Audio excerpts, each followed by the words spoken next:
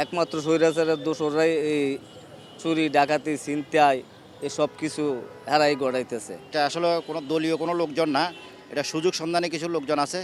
তারা এটা যে সরকারি থাকুক, তারা এই ধরনের কর্মকাণ্ডগুলো সাধারণত করার চেষ্টা করে। যাদের কালো টাকা আছে, অবৈধ অর্থ আছে, তারা কিন্তু দেখা যাচ্ছে একটা পণ্য ২,০০০ টাকার পণ্য সে ৩,০০০ ৪,০০০ টাকা দিয়ে কিনে নিয়ে যায়। কিন্তু যারা নিম্ন মধ্যবিত্ত শ্রেণীর মানুষ, তারা কিন্তু ২,০০০ টাকার জিনিসটা ৩-৪,০০০ টাকা কিনতে পারবে না। পারবে? এইখানে সাধারণ মানুষ ওই কালো টাকার যারা মালিক তাদের কাছে হেরে যাচ্ছে।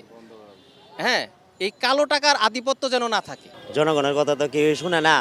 সাংবাদিকের সামনে তো অনেকেই জনগণের কথাবার্তা বলে, কিন্তু কেউই কার্যক্রম করে না। ঘুষের কাছে টাকা সব কিছু হার মাইনা জায়গায় এই দেশে।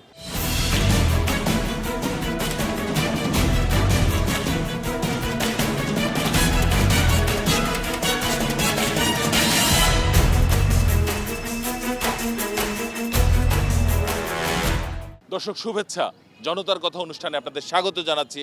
আমি আসিফ সুমিত। আপনারা জানেন, জনগণের মতামত তুলে ধরতে একুশে টেলিভিশনের বিশেষ আয়োজন জনতার কথা। আজকে সাধারণ মানুষের কথা শুনতে আমরা এসেছি রাজধানীর ফকিরাপুল এলাকায়। আমাদের প্রত্যাশা দেশে শক্তিশালী গণতন্ত্র, আমরা চাই সরকারকে সহায়তা করতে। দর্শক, অন্তর্বর্তীকালীন সরকার যে দায়িত্ব নিয়েছে তার প্রায় 7 মাস হয়ে চলেছে। এই 7 মাসে 114টি মব জাস্টিসের ঘটনা ঘটেছে, অর্থাৎ বেশ কিছু মানুষ হত্যাকাণ্ডের শিকার হয়েছে। পরিসংখ্যান বলছে এই 7 মাসে মব জাস্টিসে মারা গেছে 119 জন এবং আহত হয়েছে 74 জন।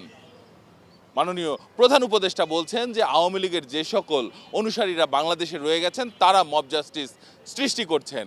এছাড়াও বিভিন্ন সময় বলা হচ্ছে রাজনৈতিক প্রতিপক্ষকে ঘায়েল করতে মব জাস্টিস তৈরি করা হচ্ছে। আবার এই মব জাস্টিসের মাধ্যমেই হচ্ছে বিভিন্ন বাসায় ডাকাতি। সাধারণ মানুষ কি মনে করেন, এই মব জাস্টিস কিভাবে বন্ধ করা সম্ভব? আমি মনে করি এটা সম্ভব যে অতি দ্রুত একটি নির্বাচনী ব্যবস্থা করার জন্য।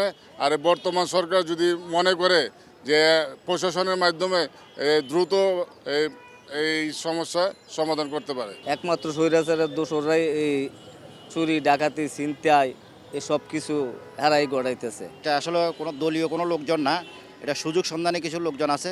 তারা এটা যে সরকারি থাকুক, তারা এই ধরনের কর্মকাণ্ডগুলো সাধারণত করার চেষ্টা করে।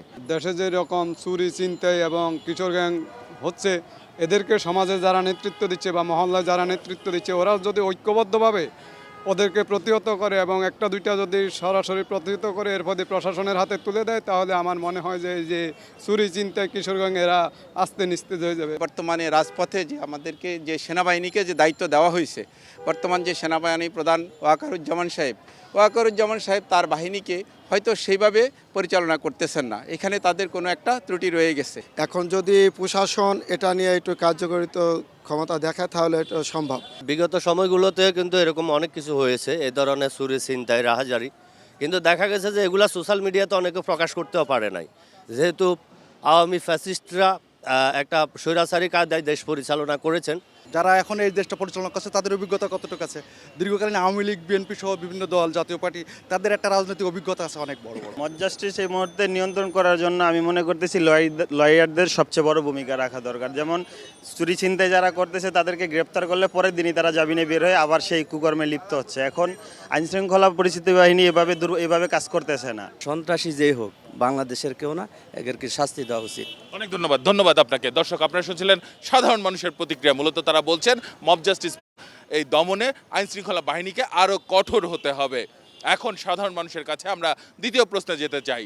আমরা জানি যে দুর্নীতি দমন সংস্কার কমিশন গঠিত হয়েছে, তারা তাদের প্রস্তাবনাও পেশ করেছে, যেখানে তারা উল্লেখ করেছে যে আগামীতে নির্দিষ্ট পরিমাণ কর দিয়ে যে কালো টাকা সাদা করার বিধান রাখে সরকার, সেটি যেন চিরতরে বন্ধ করা হয়। মূলত এ বিষয়ে সাধারণ মানুষ কি মনে করেন? যাদের কালো টাকা আছে, অবৈধ অর্থ আছে, তারা কিন্তু দেখা যাচ্ছে একটা পণ্য ২,০০০ টাকার পণ্য সে ৩,০০০ ৪,০০০ টাকা দিয়ে কিনে নিয়ে যায়। কিন্তু যারা নিম্ন মধ্যবিত্ত শ্রেণীর মানুষ, তারা কিন্তু ২,০০০ টাকার জিনিসটা ৩-৪,০০০ টাকা কিনতে পারবে না। পারবে? এইখানে সাধারণ মানুষ ওই কালো টাকার যারা মালিক তাদের কাছে হেরে যাচ্ছে। হ্যাঁ, এই কালো টাকার আধিপত্য যেন না থাকে। জনগণের কথা তো কেউই শুনে না। সাংবাদিকের সামনে তো অনেকেই জনগণের কথাবার্তা বলে, কিন্তু কেউই কার্যক্রম করে না। ঘুষের কাছে টাকা সব কিছু হার মাইনা যায় এই দেশে। কালো টাকাকে সাদা করার মতো কোনো ব্যবস্থা যেন না থাকে। 15% ভোট ভ্যাট এটা যেন নিশ্চিত হয়ে থাকে, এটা না থাকুক। কালো টাকা সাদা করে সব টাকা গরিব মানুষের দেওয়া উচিত আমি মনে করি। তাদের যে কালো টাকা আছে এগুলো সরকার জব্দ করুক, কোষাগারে নেক। আমাদের যে জনসাধারণ আছে তাদের পক্ষে তাদের জন্য যতটুকু ক্রয় ক্ষমতার বৃদ্ধি করা যায় সেখানে প্রয়োগ করুক। কালো টাকার যদি সাদা কোনো সুযোগ দেওয়া হয় তাইলে এই অসৎ লাইনে মানে দেশের জনগণ জয় হয়ে যাবো, তাদেরকে বিচার আলতে আনা হোক। দুর্নীতি বন্ধ করে তাদেরকে আইনেরা আনা হোক। আমাদের দেশে অনেক ইনকাম আছে যেগুলো আসলে আমাদের দেশের আইনের যে বিধিবিধান সেটার মধ্যে প্রকাশ করার মতো থাকে না, তাহলে সে টাকাটা দেখা যায় ইচ্ছা অনিচ্ছা দেশের বাইরে পাচার হয়ে যায়। ঠিক আছে, তাই কালো টাকার এই যে শর্ত দেওয়া 15%, 10% দিয়ে এটাকে বৈধ করা, এটাকে সম্পূর্ণ উন্মুক্ত করে দেওয়া। বিশ্বের বিভিন্ন দেশে আপনি টাকা ইনকাম নিয়ে তারা কোনো প্রশ্ন করে না, আপনি টাকাটা যখন দেশ থেকে বাইর করবেন সেটা নিয়ে তারা প্রশ্ন করে। কিন্তু আমাদের দেশে টাকাটা যখন হালাল করতে যাবে, আমি মনে করি এই বছর যখন সে তার ইনকাম ট্যাক্স ফাইলে যখন তার কালো টাকাটাকে ইনভলভ করবে, আগামী বছর থেকে সে ইচ্ছা অনিচ্ছা সেটাকে সে ট্যাক্সের আওতায় চলে আসতেছে। সুতরাং দেশের রাষ্ট্রীয় ইনকাম বাড়বে, সরকার লাভবান হবে, সরকার লাভবান হলে দেশ লাভবান হবে। যার যা আছে সব টাকাগুলোকে ইনকাম ট্যাক্স ফাইলের আওতায় নিয়ে আসা হোক, কোনো প্রকার বাধ্যবাধকতা, কোনো প্রকার রুলস রেজুলেশন ছাড়া।